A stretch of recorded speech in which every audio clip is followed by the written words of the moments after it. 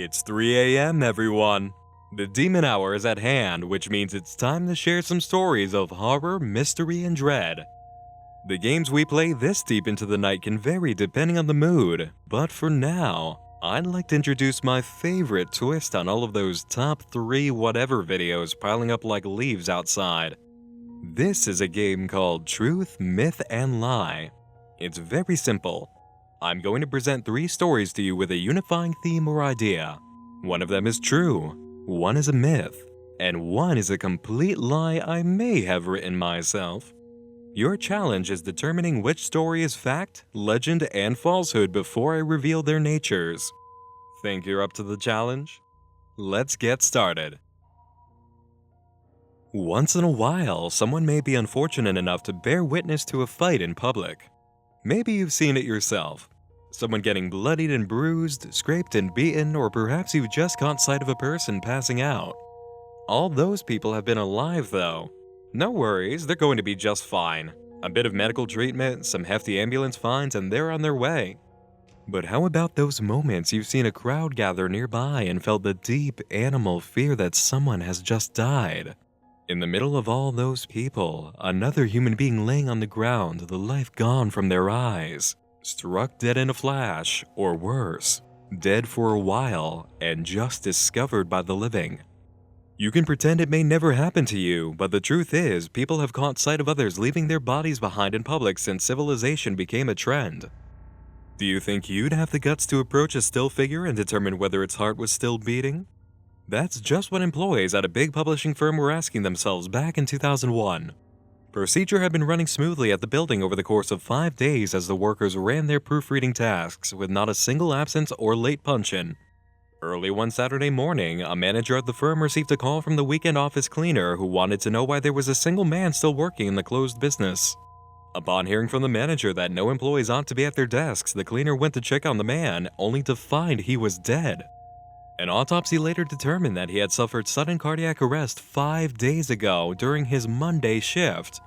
The man had sat in the office, lifeless, for the entire work week, and none of the employees had realized that he was no longer truly with them.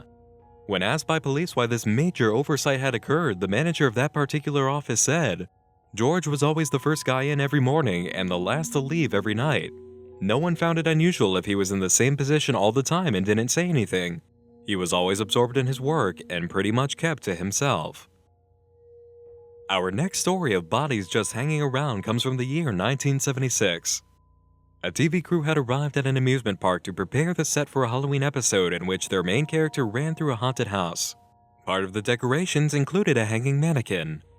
While setting up the prop, its handler accidentally broke off an arm, which was troublesome enough on its own.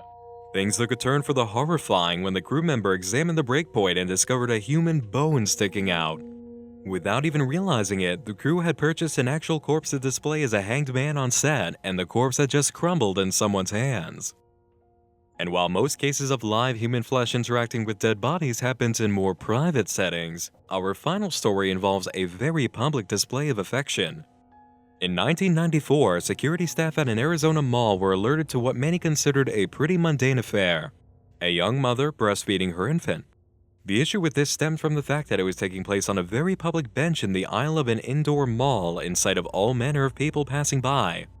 Though reluctant, the security officer approached what was described as a rather frazzled-looking woman and began asking her to take her child somewhere more private. After a moment of being ignored, the officer asked more sternly, and the woman suddenly detached her child and began to stand up. Now, with the child's face in full view, the officer realized there was a far worse problem.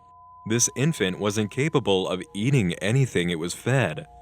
The man called another security guard who helped restrain the woman after the first guard asked to see the child, prompting the woman to become violent. Police arrived quickly to take the mother into custody and bring the infant to the morgue. After the child's corpse was examined, it was determined the 2-month-old had been dead for 16 hours and died as a result of crib suffocation. Think you have the facts of all those stories figured out? Let's see how well you did. In the case of the man found dead at work, we're looking at a very plausible myth. This story has been around for a while and sometimes changes its location and the occupation of the man in question. A lot of news republishing agents have sworn by the story, or stories like it, even claiming a case where an employee's corpse was left to rot for more than 2 weeks. And while the man in the publishing firm may not have actually existed and probably wasn't left there for 5 days, this kind of thing actually does happen. Such is the case of Rebecca Wells in 2011, a compliance auditor for the Los Angeles County Internal Services. Rebecca had died at her desk on a Friday afternoon and was found the next day by a security guard, marking her dead overtime hours at 24. And while our friend George had been surrounded by coworkers in his story, Rebecca had been alone in a line of empty cubicles, having returned after hours on Friday to finish up work from the day before. 5 whole days of being dead in the workplace with coworkers all around? I don't think that's very likely, but as we've just seen, finding an employee hanging around past clockout time without meaning to has not only happened, but can be considered totally plausible. In the case of the real hanged man, this story turns out to be absolutely true. The TV crew was on set for an episode of The $6 Million Man, and the body belonged to Elmer McCurdy, a young train robber from 1911. He had attempted to outgun the men who tried to apprehend him and was shot dead for his efforts. After no family members claimed his body, the embalmer set up Elmer's corpse in the back room of his funeral home as a morbid attraction to those who had heard of the train robber. From there, he was taken by a pair of men claiming to be his brothers who were just carnival-running conmen. They held onto him for a while until selling the prop, starting a long chain of the grave robber moving from sideshow to sideshow until finally landing in the hands of a TV set crew member. And this wasn't the only case of Hollywood getting their hands on live dead people. As part of what many know to be the Poltergeist curse, the prop team for the famous horror movie Poltergeist ended up buying actual human skeletons which were thrown into scenes with the actors in the movie's climax. And by process of elimination, that leaves our story of the breastfeeding mother as a lie, and one I'm proud to call my own bit of fiction. Did I have you going there for a moment? Let me know in the comments.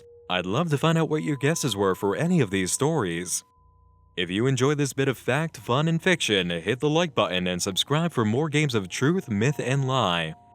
That's all for tonight's festivities. Thanks again for joining me in the dark this evening during the most mystical of hours. I'm Nick Nocturne, and like that odd coworker who never seems to get up from their cubicle, you'll be seeing me again real soon. Sleep tight.